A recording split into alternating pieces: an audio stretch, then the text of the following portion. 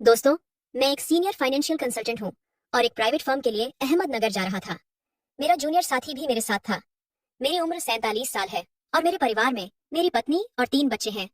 मुझे घर से लंबे समय तक दूर रहना अच्छा नहीं लगता, लेकिन नौकरी की मजबूरी के चलते मुझे कई बार अलग अलग शहरों में जाना पड़ता है। हालांकि मैं अपनी मर्जी से खुद शहर चुन लेता हूँ। इस बार मैंने अहमदनगर चुना क्योंकि मेरे ससुराल वाले वहां रहते हैं। मेरी सास, मेरा साला संजय और उसकी पत्नी काव्या अहमदनगर में रहते हैं। मेरे ससुर 3 साल पहले गुजर गए थे और तब से मैं परिवार की कुछ जिम्मेदारियां निभाता आ रहा हूँ। मेरा साला संजय 30 साल का है और एक ऑटोमोबाइल कंपनी में मैकेनिकल इंजीनियर है। उसकी शादी को 2.5 साल हो चुके हैं और मैंने ही उसकी शादी का सारा इंतजाम किया था। इस बार जब मैं अहमदनगर जा रहा था तो मैंने ससुराल में रुकने का मन बनाया। मेरी सास उस वक्त कोल्हापुर में मेरे घर पर थी क्योंकि मेरे माता पिता अपनी बहन के पास पुणे गए थे। मेरी पत्नी अकेली थी, इसलिए सास उसके साथ रहने आई थी।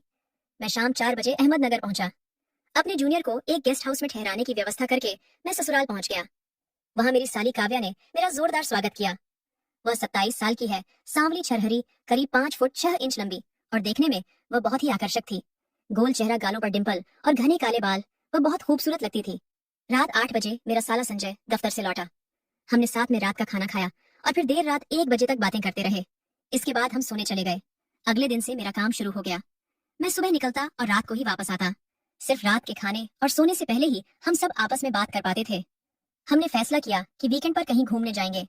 अगला रविवार महीने का तीसरा रविवार था, इसलिए संजय की छुट्टी थी और मेरा भी आधे दिन का काम था। हमने कोल्हापुर के पास पन्हाला किला देखने का प्लान बनाया और वहां एक रात रुकने का विचार किया। संजय के एक दोस्त ने वहां के रिसोर्ट में हमारे लिए 2 कमरे बुक करवा दिए। काव्या इस प्लान से सबसे ज्यादा उत्साहित थी क्योंकि उसे रोज की दिनचर्या से छुट्टी मिलने वाली थी। लेकिन रविवार की शाम को जब संजय ऑफिस से आया तो उसने बताया कि उसे अचानक 6 दिनों के लिए प्रोजेक्ट के सिलसिले में बाहर जाना पड़ रहा है। इसका मतलब हमारा घूमने का प्लान रद्द हो गया। ये सुनकर काव्या बहुत निराश हुई। संजय अपने काम में हमेशा व्यस्त रहता था, इसलिए उसे बाहर घूमने का मौका कम ही मिलता था। मैंने गौर किया कि संजय थोड़ा किफायती स्वभाव का था और काव्या की खुशियों के लिए ज्यादा खर्च करने से बचता था। वैसे भी इस ट्रिप का पूरा खर्च मैं उठाने वाला था। संजय को इससे कोई परेशानी नहीं थी, इसलिए उसने कहा कि भले ही वह न जा सके, हम लोग फिर भी जा सकते हैं। ये सुनकर मैं और काव्या सोच में पड़ गए। फिर संजय ने एक और सलाह दी कि चूंकि 2 कमरे बुक हैं, तो काव्या अपनी किसी दोस्त को साथ ले जा सकती है। ये सुनकर काव्या का चेहरा खिल उठा। उसने फौरन अपनी दोस्त राधिका को फोन किया और राधिका ने हाँ कह दी। इसके बाद तय हुआ कि हम अगले दिन दोपहर को पन्हाला के लिए निकलेंगे। सोमवार सुबह संजय अपने काम के लिए रवाना हो गया। मैं अपने क्लाइंट से मिलने चला गया। दोपहर में जब मैं लौटा तो काव्या ट्रिप की तैयारियों में जुटी थी। उसकी काली आंखों में एक खास चमक थी जिसमें उत्साह और शराफत दोनों झलक रहे थे। खाना खाते वक्त काव्या ने मुझसे पूछा, जीजा जी, वहां खाने पीने का क्या इंतजाम होगा? कुछ साथ ले जाना चाहिए क्या? मैंने हंसते हुए कहा, कुछ लेने की जरूरत नहीं, रिसोर्ट में सब कुछ शामिल है। हाँ, अगर कोई चटपटा नमकीन या मुरब्बा हो तो रख लो। मुझे खाने से पहले कुछ छटकारा लेना पसंद है। काव्या हंस पड़ी और बोली, अरे मतलब आप कुछ पीने का इरादा रखते हैं? मैंने मजाक में कहा, ज्यादा नहीं, बस हल्का फुल्का। कोल्हापुर में तो मैं छूता भी नहीं, पर बाहर निकलता हूँ तो थोड़ा मन करता है। तुम्हें कोई तकलीफ तो नहीं? काव्या ने मुस्कुराकर कहा, मुझे क्या परेशानी होगी, वैसे मैं कुछ अतिरिक्त कपड़े रख लेती हूँ, बारिश में भीगने का भी तो मजा लेना है। मैंने हंसते हुए कहा, बिल्कुल, पन्हाला के झरनों में भीगने का अलग ही आनंद है। काव्या बोली, मुझे पहले से पता था, इसीलिए मैंने पहले ही तैयारी कर ली। वैसे संजय नहीं होंगे तो कोई टोकने वाला भी नहीं होगा। मैंने छुटकी लेते हुए कहा, शायद उसे तुम्हारी फिक्र कम है, तभी टोकता होगा। काव्या ने हंसकर सफाई दी, नहीं, ऐसा नहीं है, उसे डर रहता है कि कहीं मैं ठंड बीमार ना हो जाऊं तो दवा का खर्च बढ़ेगा। फिर उसने हंसते हुए पूछा, आप तो मुझे रोकेंगे नहीं ना? मैंने हंसकर जवाब दिया, क्यों रोकूंगा? मैं तो जवानी के दिनों से हर साल दोस्तों के साथ बारिश में भीगता आया हूँ। हमारा पूरा ग्रुप होता था जिसमें लड़कियां भी शामिल थीं। तुम्हारी भाभी भी उसमें थी। अब हमारा मूड पूरी तरह ट्रिप के लिए तैयार हो चुका था। मैंने मजाक में कहा, तुम्हें भीगते देखना मजेदार होगा। एक पल के लिए हमारी नजरें टकराईं। मेरी आंखों में शरारत देखकर काव्या के चेहरे पर हल्की सी मुस्कान उभरी, लेकिन उसने उसे छिपाने के लिए चाय का कप उठा लिया। मुझे पता था कि वह अंदर से हंस रही थी। हमारे बीच ऐसी हल्की फुल्की बातें पिछले कुछ महीनों से चल रही थीं। शुरुआत में जब वह शादी के बाद हमारे घर आई थी तो मुझसे खुलकर बात नहीं करती थी। मैं इस घर का दामाद था, लेकिन मुझे बड़े भाई की तरह सम्मान मिलता था। घर के कई फैसले मेरी सलाह से लिए जाते थे, इसलिए संजय और काव्या दोनों मुझे बहुत मानते थे। धीरे धीरे हमारा रिश्ता दोस्ताना और हल्का फुल्का हो गया। अब वह मुझसे बेझिझक बातें करने लगी थी। थोड़ी हंसी मजाक के बाद काव्या ने मुस्कुराते हुए पूछा, जीजाजी कब चलना है? मैंने कहा, बस 1.5 घंटे में। तुम तैयार हो ना? फिर मैंने मजाक में कहा, और हाँ, साड़ी मत पहनना, कुछ कैजुअल ड्रेस पहनो। हम घूमने जा रहे हैं, किसी समारोह में नहीं। काव्या हंस पड़ी और बोली, हाँ, मैंने पहले से ही ड्रेस रख ली है, अब हमें राधिका को लेने भी जाना है तो मैं उसे फोन कर देती हूँ। उसने राधिका को फोन किया और हम दोपहर 1:30 पर निकल पड़े। करीब 2 बजे हम राधिका के घर पहुंचे। वहां राधिका का पति रवि भी हमारे साथ आने वाला था। वह 29 साल का था और एक प्राइवेट कंपनी में मार्केटिंग का काम करता था। मैंने उससे थोड़ी देर बात की। तब तक काव्या ने राधिका की तैयारियों में मदद की। फिर हम सब पन्हाला के लिए रवाना होने को तैयार थे। जब काव्या और राधिका तैयार होकर बाहर आई तो मैं बार बार राधिका की तरफ देख रहा था। वह बेहद आकर्षक और खूबसूरत थी। फिर हम सब मेरी कार में सवार हुए। रवि मेरे बगल में आगे बैठा और काव्या और राधिका पीछे। मैं गाड़ी चलाते हुए मिरर से काव्या को देख रहा था। उसकी आंखों में ट्रिप का जोश साफ दिख रहा था। जब भी हमारी नजरें मिलती वह चुपके से मुस्कुरा देती। रवि मुझसे बातें कर रहा था लेकिन मेरा ध्यान कहीं और था। मेरे दिमाग में एक सवाल बार बार उठ रहा था, रात को रुकने का इंतजाम कैसे होगा? क्या रवि और राधिका एक कमरे में रहेंगे और मैं काव्या के साथ? और अगर काव्या मेरे साथ रही तो कमरे में एक बेड होगा या 2? करीब 1.5 घंटे की ड्राइव के बाद हम पन्हाला के रिसोर्ट पहुंच गए। रवि से मेरी अच्छी बातचीत हुई और उसकी सहजता मुझे पसंद आई। बातों से लगा कि वह पहले कभी किसी लग्जरी रिसोर्ट में नहीं ठहरा था। उसकी आर्थिक स्थिति बहुत मजबूत नहीं थी, शायद इसलिए उसने और राधिका ने काव्या का प्रस्ताव तुरंत मान लिया था। दोनों इस ट्रिप को लेकर बहुत उत्साहित थे। रिसोर्ट पहुंचते ही रवि और राधिका रिसेप्शन पर बैठ गए। मैं चेक इन की औपचारिकताएं पूरी करने लगा। काव्या मेरे पास खड़ी होकर उत्सुकता से मुझे देख रही थी। मैंने धीरे से पूछा, कमरों का बंटवारा कैसे करें? तुम और राधिका एक कमरे में, मैं और रवि दूसरे में? काव्या ने फौरन आंखें झपकाते हुए कहा, अरे जीजा जी, ऐसा न करें, उन्हें साथ रहने दें। उन्हें ऐसा मौका कहाँ मिलता है। उन्हें खुशी लेने दें। हम दोनों एक कमरे में रह लेंगे। मैंने उसकी बात मानते हुए कहा, ठीक है, जैसा तुम कहो। अंदर से मैं बहुत खुश था। थोड़ी देर बाद स्टाफ ने हमारे बैग उठाए और हमें कमरों तक पहुंचाया। रिसोर्ट पहाड़ी की चोटी पर था और सारे कमरे ग्राउंड फ्लोर पर थे। रवि और राधिका का कमरा एक तरफ था, हमारा दूसरी तरफ। हम अपने कमरे में पहुंचे। कमरा शानदार था और जैसा मैंने सोचा था उसमें एक बड़ा डबल बेड था। काव्या कमरे को देखकर बहुत खुश हुई।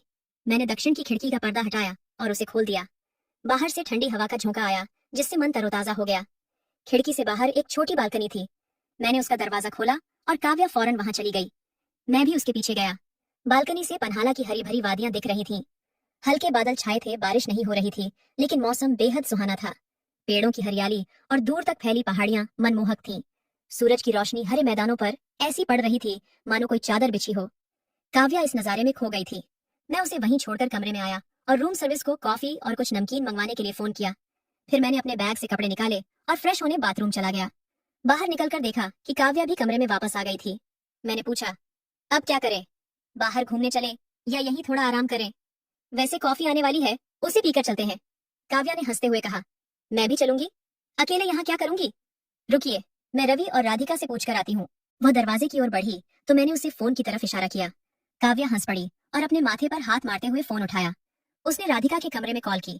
थोड़ी बातचीत के बाद उसने मेरी तरफ देखकर हंसते हुए कहा, वे दोनों कमरे में ही रुक रहे हैं, कोई फिल्म देख रहे हैं। हम दोनों एक दूसरे को देखकर मुस्कुरा दिए। तभी दरवाजे पर खटखट हुई। मैंने खोला तो स्टाफ कॉफी लेकर आया था। हम बैठकर कॉफी पीने लगे और बातें करने लगे। कॉफी पीते हुए मैंने काव्या से कहा, तैयार हो जाओ। उसने जोश में पूछा, जीजा जी, मैं कुछ स्टाइलिश कपड़े पहन लूं तो आपको बुरा तो नहीं लगेगा? मैंने हंसते हुए कहा, अरे जो मन हो पहनो, मुझे क्या दिक्कत, बस तुम्हें सहज लगे इतना ही। काव्या ने शरारती अंदाज में मुस्कुराते हुए कहा, तो फिर आप बालकनी में जाइए, मैं कपड़े बदल लूं। मैं चुपचाप बालकनी में चला गया और दरवाजा बंद कर दिया। एक पल को सोचा कि कहीं दरवाजे में कोई झरोखा तो नहीं, लेकिन फिर वह ख्याल हटा दिया। थोड़ी देर बाद काव्या ने आवाज दी, आ जाइए। मैं अंदर गया और उसे देखकर एक पल को रुक सा गया। उसने ग्रे लेगिंग्स और रवि कुर्ती पहनी थी। पहले मैंने उसे ज्यादातर पारंपरिक कपड़ों में ही देखा था। ये नया लुक उसके ऊपर बहुत जंच रहा था। काव्या ने उत्साह से पूछा, कैसी लग रही हूँ? ये कपड़े कॉलेज के दिनों के हैं, बहुत वक्त बाद पहने हैं। बदल लूं क्या?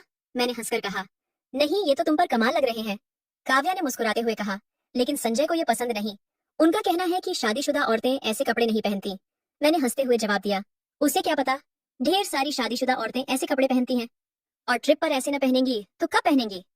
काव्या ने शरारत से आंख मटकाई और बोली, तो जब मैं साड़ी पहनती हूँ तब बुजुर्ग लगती हूँ क्या? मैंने फौरन कहा, नहीं नहीं, मैं तो आम बात कर रहा था, तुम्हारी नहीं। चलो अब निकलते हैं। हम कमरे से बाहर आए और पन्हाला किले के आसपास घूमने लगे। मौसम बहुत अच्छा था। हल्की फुहारें पड़ रही थी, लेकिन भारी बारिश नहीं थी। जब हम किले के पिछले हिस्से में पहुंचे तो काव्या ने जोश में कहा, जीजा जी, यहाँ से नीचे एक झरना है, चलें क्या? बस 20 मिनट लगेंगे और अंधेरा होने से पहले लौट आएंगे।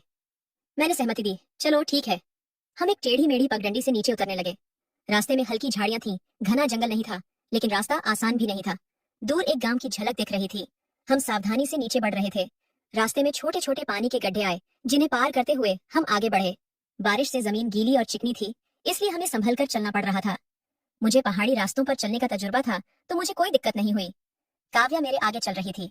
लेगिंग्स की वजह से वह आसानी से चल रही थी और उसे देखना मुझे अच्छा लग रहा था।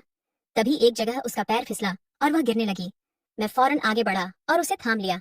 उसे खड़ा करते हुए मैंने पहली बार उसे छुआ। उसके हाथ बहुत नरम लगे और उसके शरीर से एक हल्की सी खुशबू आई। गिर ही जाती तुम, मैंने मजाक में कहा। काव्या ने खुद को संभालते हुए जवाब दिया, हाँ जीजा जी, रास्ता थोड़ा चिकना है। अब हम झरने के करीब पहुंच गए हैं, बस थोड़ा और आगे। वह जोश में बोली। आगे एक छोटा सा गड्ढा आया, ज्यादा गहरा नहीं था, लेकिन उसमें कीचड़ था। मैंने काव्या को रुकने को कहा और खुद आगे बढ़ा। फिर उसे बोला, मेरा हाथ पकड़ो, यहाँ फिसलन ज्यादा है, कहीं फिर ना गिर जाओ। उसने मेरा हाथ थाम लिया। काव्या के हाथ उसकी कद काठी के मुताबिक थोड़े बड़े थे, उंगलियां पतली और मुलायम। उसे जोर से पकड़ने की जरूरत नहीं पड़ी, क्योंकि उसने खुद मेरा हाथ कसकर पकड़ लिया। एक जगह जमीन बहुत फिसलन भरी थी। उसने दूसरा हाथ मेरे कंधे पर रखा और खुद को संभाला। गड्ढा पार करने के बाद उसने कंधे से हाथ हटा लिया, लेकिन मेरा हाथ नहीं छोड़ा। हम हाथ पकड़े आगे बढ़े। थोड़ा आगे जाने पर एक बड़ा गड्ढा आया। काव्या ने मेरा हाथ खींचा और उत्साह से बोली, जीजा जी देखिए, दाईं तरफ झरना है। वह दृश्य लाजवाब था। हमसे करीब 25 फीट दूर एक झरना बह रहा था। उसकी ऊंचाई शायद 60 फीट रही होगी। पानी नीचे गिरते ही फेन बन रहा था और तेज शोर के साथ उछल रहा था। एक पतली सी पगडंडी हमें झरने के पास ले गई। जैसे ही हम करीब पहुंचे, झरने की बूंदें हवा में उड़कर हम पर पड़ने लगी। मुझे यह बहुत पसंद था, तो मैं वहीं रुककर उसका मजा लेने लगा। लेकिन काव्या और आगे जाना चाहती थी। उसने मेरा हाथ जोर से पकड़ा और आगे बढ़ी, लेकिन तभी उसका पैर फिर फिसल गया। मैं झट से झुका और उसे कसकर थाम लिया। उसने शर्मिंदगी से मेरी तरफ देखा, लेकिन कुछ नहीं कहा। करीब 2 मिनट तक मैं उसे पकड़े रहा। फिर हमें एहसास हुआ कि हम खुले में ऐसे ही खड़े हैं। मैं थोड़ा पीछे हटा, लेकिन उसका हाथ नहीं छोड़ा। मैंने उसे सावधान रहने को कहा और हम झरने के और करीब पहुंचे। वहां पहुंचकर देखा कि झरने और पहाड़ी के बीच 6 फीट की खाली जगह थी। शायद वहां कोई छोटी गुफा थी। काव्या अभी भी मेरा हाथ पकड़े थी। मैंने उसका हाथ हल्के से दबाया और कहा, काव्या, झरने के पीछे कोई जगह दिख रही है, चले वहां? काव्या थोड़ा डर गई और बोली, नहीं जीजा जी, मैं वहां नहीं जाऊंगी। रास्ता भी नहीं पता और मैंने कभी किसी को वहां जाते नहीं देखा। मैंने गौर से देखा तो सच में वहां पहुंचने का कोई सीधा रास्ता नहीं था। झरने के नीचे एक छोटा तालाब था, जिसे पार करना पड़ता, लेकिन उसकी गहराई का अंदाजा नहीं था। लेकिन मेरे अंदर का जोश जाग गया। मैंने सोचा, अगर कोई नहीं गया तो मैं जाऊंगा। मुझे रोमांच पसंद था। साथ ही अगर मैं ऐसा करता तो काव्या मुझसे प्रभावित हो सकती थी। मैंने वहां जाने का फैसला कर लिया। मैंने काव्या का हाथ छोड़ा और कहा, मैं देखता हूँ कि वहां पहुंचा जा सकता है या नहीं। काव्या